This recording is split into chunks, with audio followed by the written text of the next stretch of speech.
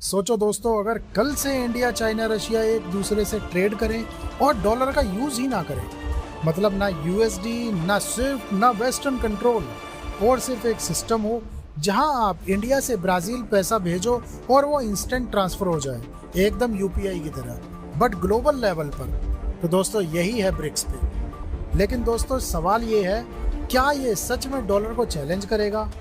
क्या इंडिया इसमें विनर होगा या चाइना डोमिनेट करेगा? तो दोस्तों वीडियो को एंड तक जरूर देखना, क्योंकि बीच में जो इनसाइट्स मिलेंगे वो आपको कहीं और नहीं मिलेंगे। तो दोस्तों सबसे पहले बेसिक समझते हैं। ब्रिक्स यानी कि Brazil, Russia, India, China and south Africa, और अब ये एक्सपेंड हो रहा है जिसमें हम बोलते हैं ब्रिक्स प्लस। तो दोस्तों ये कंट्रीज वर्ल्ड की 40% पॉपुलेशन को रिप्रेजेंट करती हैं और ग्लोबल जीडीपी का बड़ा हिस्सा कंट्रोल करती हैं। लेकिन प्रॉब्लम क्या है, इनका ट्रेड अभी भी डॉलर पर डिपेंडेंट है, और यही डिपेंडेंसी तोड़ने के लिए ये लेकर आए हैं ब्रिक्स पे। तो दोस्तों आइए ब्रिक्स पे को सिंपल लैंग्वेज में समझते हैं। तो दोस्तों ब्रिक्स पे यानी कि एक इंटरनेशनल डिजिटल पेमेंट सिस्टम, जो कंट्रीज को अलाउ करेगा डायरेक्ट पेमेंट करने में अपनी करेंसी में, बिना डॉलर के। मतलब ये सबसे ज़्यादा तेज़ होगा, चीपर होगा और सिक्योर होगा, मतलब बिल्कुल एक यूपीआई की तरह कि यहाँ से एक बटन दबाया और उसके पास पैसा पहुँच गया सीधा। बट ये यूपीआई जो है अभी ये डोमेस्टिक लेवल पर है, तो ये जो ब्रिक्स पे है ये पूरा इंटरनेशनल यानी कि ग्लोबल लेवल पर है। तो दोस्तों आइए समझते हैं कि इसका सबसे इम्पोर्टेंट पार्ट क्या है। तो दोस्तों ब्रिक्स पे कोई एक एप्लीकेशन नहीं है, ये एक नेटवर्क है सिस्टम का, यानी कि हर कंट्री को अपना एक सिस्टम रेडी रखना है। यानी कि जैसे इंडिया है, इंडिया का यूपीआई है, चाइना का सीआईपीएस है, रशिया का एसपीएफएस है, ब्राज़ील का पीआईएक्स है। तो यानी कि ये एक पेमेंट सिस्टम है इनके लोकल। बट अब क्या होगा, ये सब सिस्टम्स कनेक्ट हो जाएंगे एक दूसरे से। तो दोस्तों आइए सिंपल भाषा में इसका प्रोसेस समझते हैं। जैसे इंडिया का यूज़र यूपीआई से पेमेंट करेगा तो ब्रिक्स नेटवर्क मैसेज सेंड करेगा। ब्राज़ील का सिस्टम जो है, जो उसका जैसे इंडिया में यूपीआई है उसका पीआईएक्स है, वो उसका मैसेज रिसीव करेगा और पेमेंट कंप्लीट हो जाएगी, और सब कुछ ये सेकंडों में होगा। तो दोस्तों आइए जानते हैं स्विफ्ट और ब्रिक्स पे में डिफरेंस क्या है। तो दोस्तों जो स्विफ्ट है वो वर्ल्ड का बिगेस्ट पेमेंट मैसेजिंग सिस्टम है, बट इसमें प्रॉब्लम क्या है कि इस वाले सिस्टम में वेस्टर्न कंट्रीज़ का कंट्रोल ज़्यादा है, और इसमें वेस्टर्न कंट्रीज़ जब चाहें जब सैंक्शन लगा सकती हैं। अभी आपने देखा होगा कि ट्रंप ने टैरिफ इम्पोज किया है, तो वो यही फैक्टर है कि वह अपनी मोनोपोली चलाकर स्विफ्ट सिस्टम का गलत यूज़ कर सकती हैं। तो दोस्तों इसको एक एग्जांपल के साथ समझते हैं।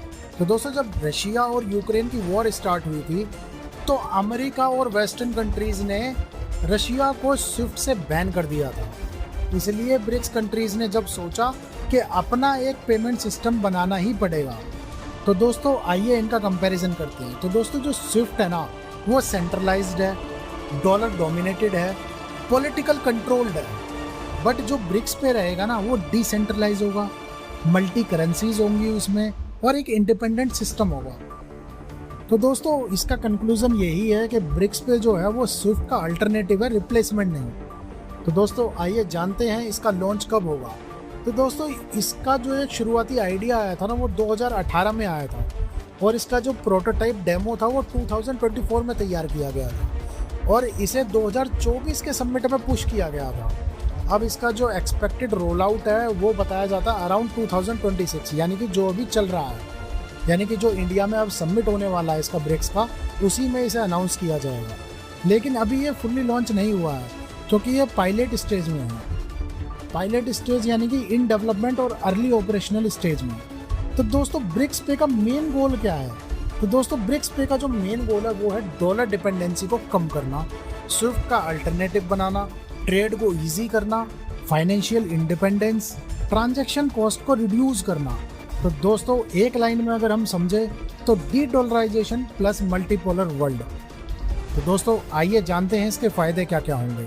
तो दोस्तों इकोनॉमिकली अगर हम जाने तो एक तो चीप ट्रांजैक्शन होगी, ठीक है, एक फॉरेक्स रिस्क कम होगा, एक ट्रेड इंक्रीज होगा। अगर स्ट्रेटेजिक जाने तो यूएस के डोमिनेंस को चैलेंज करना है, और दूसरा सैंक्शंस का इम्पैक्ट कम करना, ताकि कल को कोई भी अगर हम ऐसा फैसला लेते हैं जो वेस्टर्न कंट्रीज़ के फेवर में नहीं होगा, या वेस्टर्न कंट्रीज़ को उस चीज़ से इफेक्ट होगा या लॉस होगा, तो वेस्टर्न कंट्रीज़ हम पर सैंक्शन ना थोप सकें।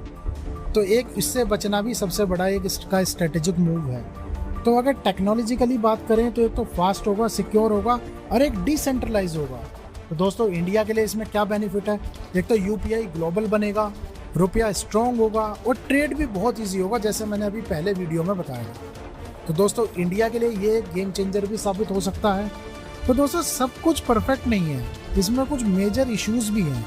तो जैसे मेजर इश्यूज की अगर हम बात कर लें तो एक तो आपस में ब्रिक्स कंट्रीज में ट्रस्ट इश्यूज, क्या भाई चाइना को और इंडिया को आपस में ट्रस्ट नहीं है। तो बहुत सारी चीज़ें हैं इसमें, एक फैक्टर ट्रस्ट इश्यूज भी है। अब दूसरा अगर देखें तो चाइना की डोमिनेंस जो है वो थोड़ी ब्रिक्स में एक्टिव है, क्योंकि रशिया की अभी हालत वो नहीं है कि वो चाइना से टक्कर ले सके, तो इसलिए रशिया भी थोड़ा कहीं ना कहीं चाइना की तरफ झुकाव रखता है। तो तीसरा अगर देखें तो टेक्निकल इशू भी कुछ सामने आ सकते हैं, क्योंकि सब लोग इसमें अपनी अपनी टेक्नोलॉजी देंगे, तो वो सारे टेक्निकल इश्यूज भी आ सकते हैं इसमें। एक रेगुलेशनल डिफरेंसेस भी हो सकते हैं। दोस्तों ब्रिक्स पे सिर्फ एक पेमेंट सिस्टम नहीं है, बल्कि ये एक फाइनेंशियल रिवॉल्यूशन है जो फ्यूचर में ग्लोबल पावर बैलेंस को चेंज कर सकता है। तो दोस्तों अब आप लोगों से यही सवाल है कि क्या आपको लगता है कि डॉलर की डोमिनेंस खत्म हो जाएगी या सिर्फ एक एक्सपेरिमेंट बनकर रह जाएगा ब्रिक्स पे? तो दोस्तों कमेंट बॉक्स में लिखकर ज़रूर बताएं। अगर ये वीडियो से आपको कुछ नया सीखने को मिला है तो लाइक करें, चैनल को सब्सक्राइब करें।